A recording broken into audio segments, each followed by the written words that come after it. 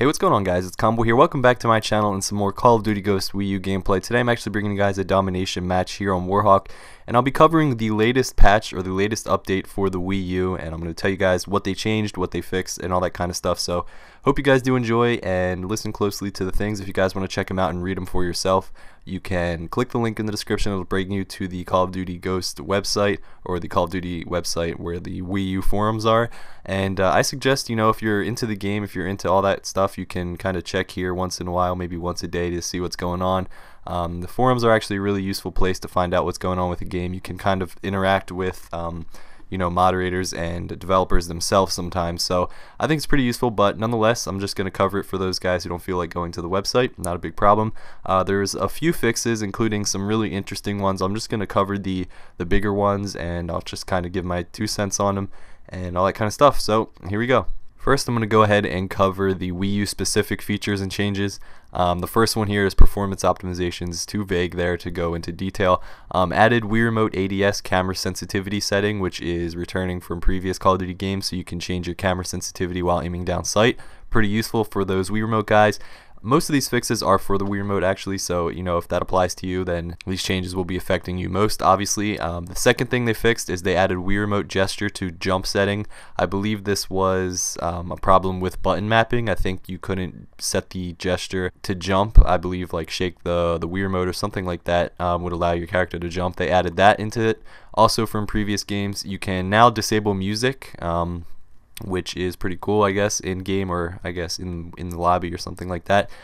They added pop-ups for selecting the software keyboard as it appears on the gamepad or TV. I'm not 100% sure what that means, but I guess you can use USB keyboards that you bought for the Wii. You can use them here now, I guess, in game to send text messages or something like that. So next thing they added is improved support for long squad member names. So if you're renaming your squad members, I think they maybe added a few more characters or something like that. Not 100% sure what that means, but a little vague there. Next thing they did was actually double the maximum Wii Remote camera speed, which is pretty crazy if you actually think about it. Now you can turn, I guess, twice as fast, or look left, right, up, down twice as fast if you choose so, if you play on that high sensitivity. I know when I play with the Wii Remote, I do play with a pretty high sensitivity and pretty big dead zone. So the last thing here that they fixed is actually really interesting. They disabled Wii Remote aim assist in public playlists due to an unfixed exploit reported by the community.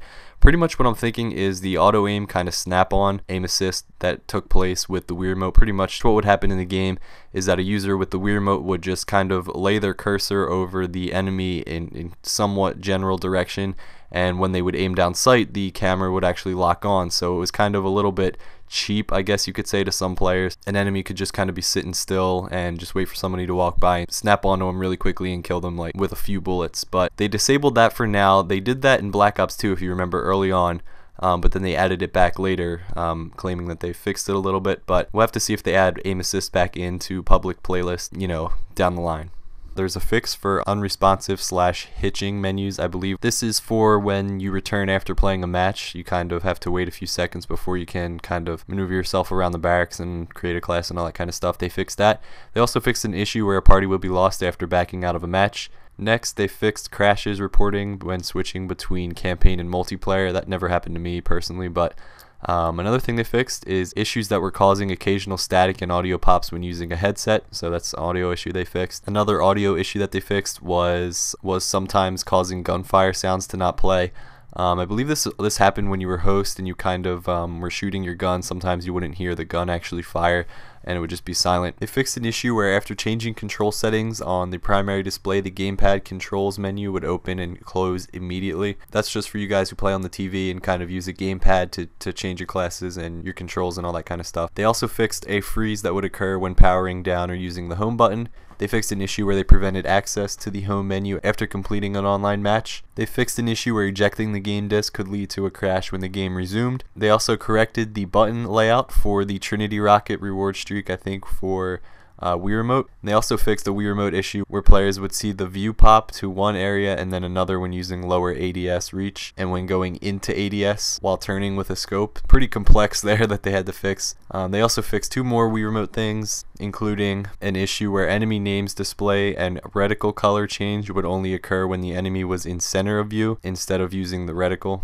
and they fixed another Wii Remote issue with the Helo pilot where tracers and impact of shots were going slightly below the reticle. So pretty much when you were shooting with the Helo pilot, when you were using the Wii Remote, it wasn't going where it said it was going. And finally, they brought over several fixes from Infinity Ward that weren't listed. So that's pretty much it, guys. That's all they fixed. There's a lot of stuff. For the most part, they were pretty small. I think the biggest one here was definitely the aim assist that they disabled for the Wii Remote. But that's pretty much it, guys. Hope you enjoyed. The update is now live, so you can go ahead and when you click the game on your Wii U menu, you have to download and update before playing. So that's about it, guys. I hope you enjoyed it. I'll be making more of these patch videos once they are released, and I'll always keep you guys up to date with what's going on with the game, what they're fixing, and all that stuff. So thanks for watching. Hope you enjoyed the gameplay. I didn't do too well in the beginning, but I picked it up towards the second half of the match, so that was primarily what was shown. Thanks for watching, guys. I hope you enjoyed, and have a good day. See you later.